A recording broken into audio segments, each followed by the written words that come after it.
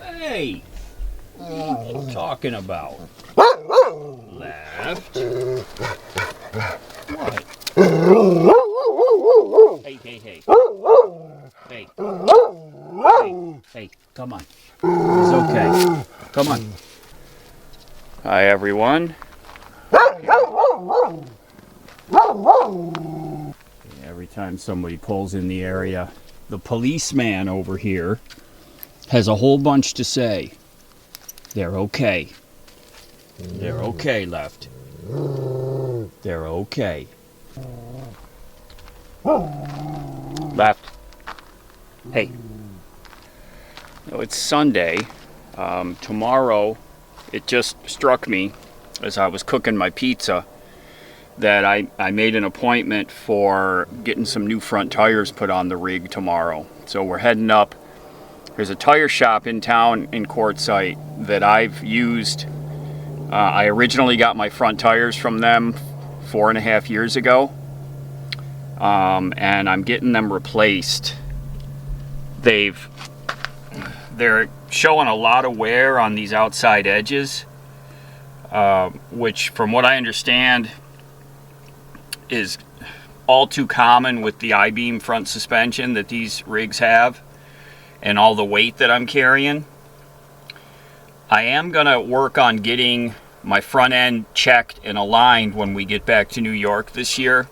It's something I've never done, and it's worth getting checked over because these, like the inside of these, still has full tread. So they're definitely riding on the outside edge of the tire, and the passenger side here is worse than the driver's side, and that's just from the crown of the road. So both sides are, for whatever reason, riding on the outside edge, you know. So they could be towed in, which is scuffing them continually. So I got to get it checked out, but I don't want to drive a lot of miles with the tires looking like they do. I'm just not comfortable with it. So these are Toyo Open Country. What I'm going to put on this time is a Toyo H08, which is an all-season commercial vehicle tire. And the guy at the shop, David, he told me that he's had a lot of luck with them on heavier, like RVs, that they wear. And he showed them to me. They have tread. Their tread is unbelievably deep. And they have a stronger edge here. So, you know, not a tire expert, but so we're going to go get these things replaced so that I can put this out of my mind. This has been wearing on me all season out here because I knew that I had to do something about it. And I stopped up there the other day and talked to him. And he remembers me and my rig. You know, I've been in that shop. Like I said, they did my front tires 4.5 years ago, and then 2 years ago I had my rear tires put on. If you remember, I had a leak in one of my rear tires, and they were well date-wise overdue to be replaced. So I went up and had the 4 rear tires replaced 2 years ago. So front tires again, I've put about 60,000 miles on these tires. So, you know, they've lasted, but they could last a lot longer, I think, if the alignment was dialed in better. So new tires and then an alignment back in New York, and hopefully it should help the way that it handles too. What I've noticed is as these tires have worn like this, the handling has gotten, it's not bad, but it felt a lot better when these tires were newer. So I'm looking forward to that once I get those put on tomorrow, I can't wait to see how it feels. I know it's going to feel a lot better, a lot more stable. Let me show you what we got for lunch today. This is one of my frying pan pizzas. I had some Italian sausage. I had cooked one and then threw it in the fridge several days back. So I crumbled that up on here also. So I'm just letting this cool a minute and then I'm going to dig in. And hopefully this food doesn't bother me.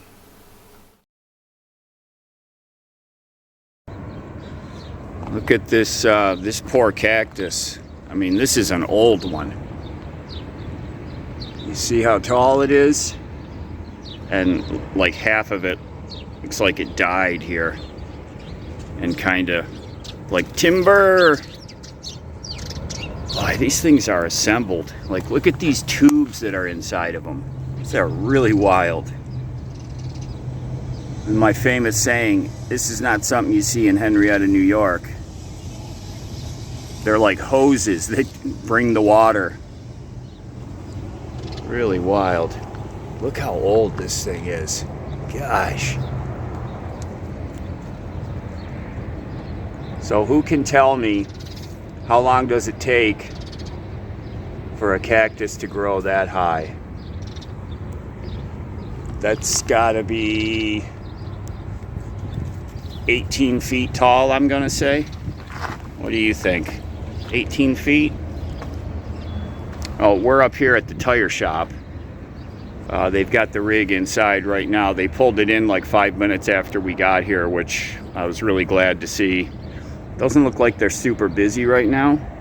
So hopefully they'll get us taken care of and get back out of here real quick. Right? And Lefty already made himself at home. Come up. Come on. What are you doing? Are you getting bored?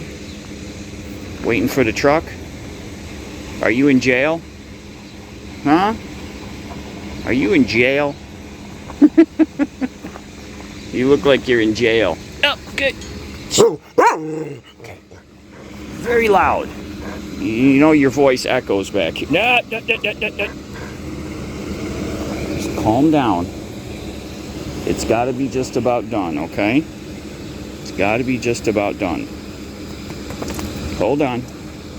Are you going to jump down there? Come on. Oh. He's not getting old like I am, I guess. He can still do his acrobatics. It's kind of a backlot courtside experience here. That's actually a little RV park right there. Looks like they got a lot of empty spaces. There's a vendor. I don't see any customers. They're kind of back here off the road. Okay, let's take a look. These are the new Toyo tires. I was right. It's Toyo H08s Plus. And look at the tread on these things. I really like the way they look. And the truck drives so much different now. So I guess I didn't realize over time how worn out my tires really were. You know, my outside edges were down to here, you know. So no wonder it was tracking odd. But these are a better tire. The guy at the shop, David, he suggested running the pressure higher than I had them at. He said on the door sticker it says 65 front. And I guess they had leaked a little. He said they were at about 56 when he took them off. And he said that will really contribute to the outside edge wearing. So he suggested running upwards of 80 pounds in them. The rears are spec'd for 80 pounds. So the only thing it's going to do is it's going to cause a rougher ride. You know, when you've got higher tire pressure, you get a rougher ride, but you get better gas mileage. So I'm going to see how it feels with the 80 pounds in it once we're out on the open road. And I might back it down from that a little bit if it's too bumpy, but we'll see. So far it's okay. It's not bad, you know, driving back and forth to town. But this was great, you know. And these weren't cheap, but it's something that had to be done. And I'm totally fine with making the payment for something like this. So we're all set now. They actually got me in and out really quick. My appointment was at 10. I was there about 10 minutes early, and we were pulled out at 11:30. So they pulled the truck in like 5 minutes after we got there, which was awesome because they can get pretty hectically busy up there. So I'm glad that he took care of it quick for me. So I'm pretty sure it's American Custom Tire in Quartzsite. If you need tires, they've always taken care of me. I don't have anything bad to say about them. So we're rolling on new rubber, and you can smell these things when it gets warm in the afternoon. You can smell the fresh rubber on these things. It's pretty cool.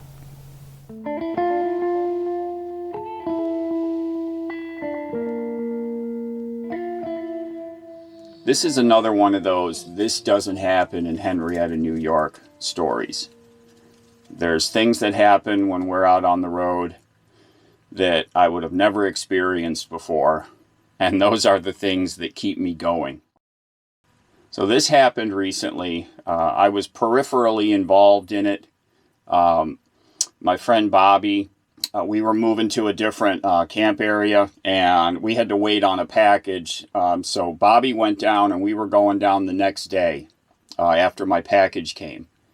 And suddenly I started getting texts from Bobby with some pictures. And I call him, I'm like, what the heck is this? And Bobby had set up his camp. He has a mat like I do that he puts outside of his camp trailer. Had it all set up, dogs out, everything going good, and he felt a bump underneath his mat, right outside of his door. He and sometimes there's rocks. It happens to me. I get the mat all set up, and there'll be a rock under there, so I have to peel it back and get rid of the rock, so it's smoother. And so he peeled back his mat, and there's a hand grenade laying there, buried in the dirt, but showing.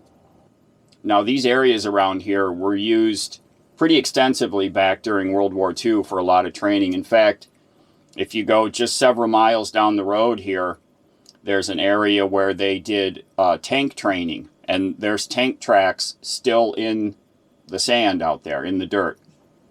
They are, I don't know how wide apart they are, but you can see where they were doing all these different training exercises, and the ruts and everything are still there. They're really far apart is what I'm saying. They're not like a normal truck width. They're like, 1.5, 2 times as wide as a truck, whatever the width is of a tank track. I don't know. So there's, it's not uncommon to come across World War II and later training materials out here. Now, down where Bobby had landed, where we were headed, there's still an active military training base down there. Now, from the looks of this thing, it's definitely old. Bobby and I are talking about it, and I'm like, do you think you should call somebody about it? And he's like, yeah. So he got off the phone. He called, started with 911. Some initial fire department kind of crew came out and checked it out. And then some additional, it took some time too, for the next crew to come out. And they're treating it, I would imagine this has happened before to them. So they were treating it, I don't want to say kind of nonchalantly, but there was no guy in the bomb suit or anything like that.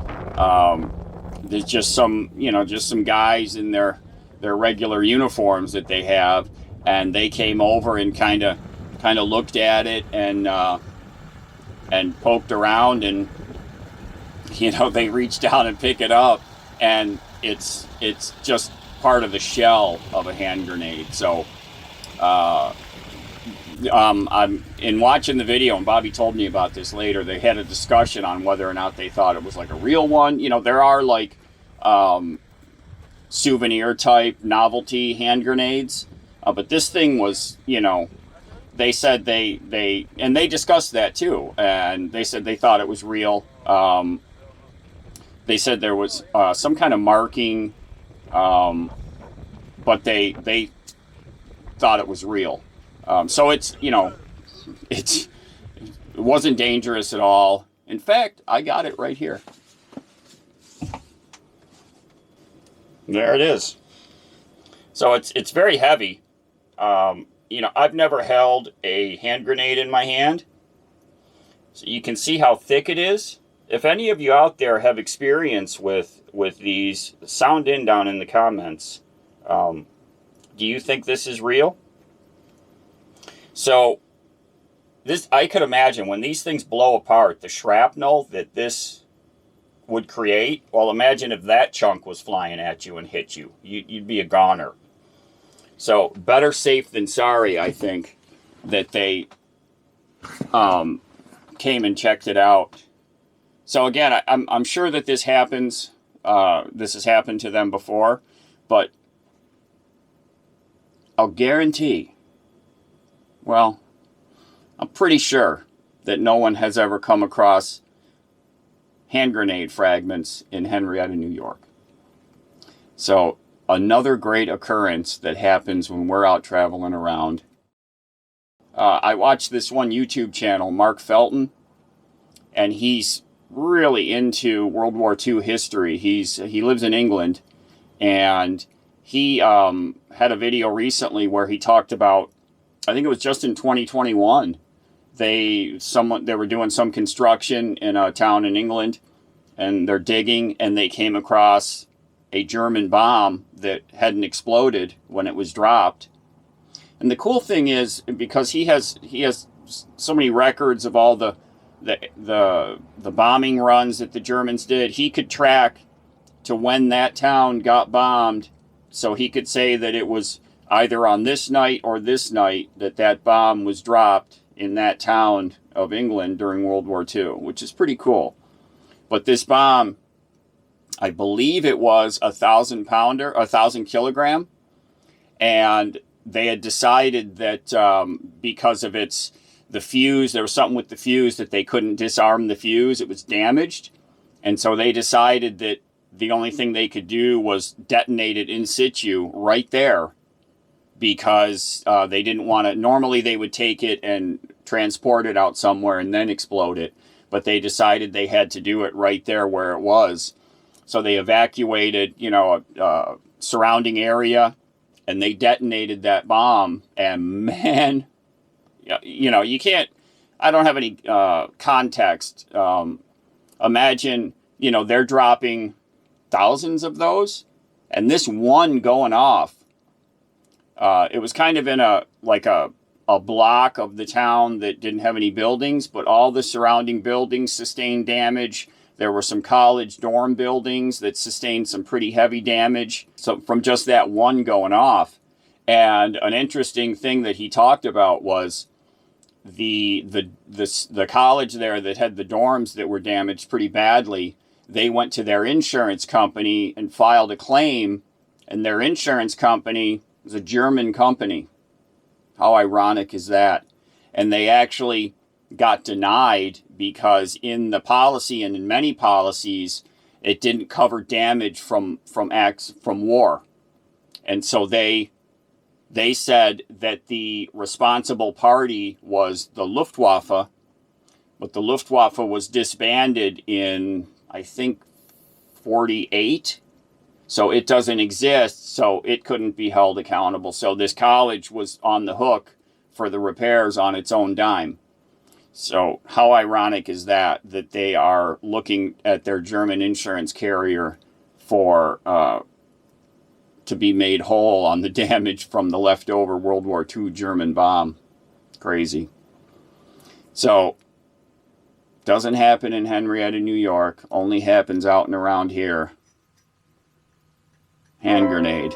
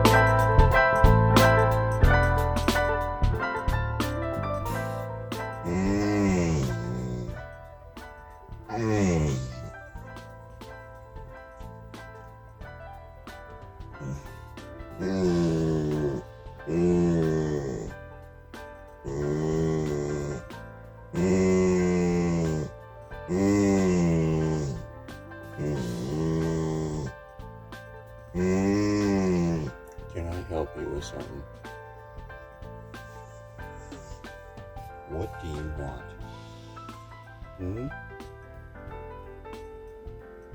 Do you want to go outside? Or are you just playing with me? Again.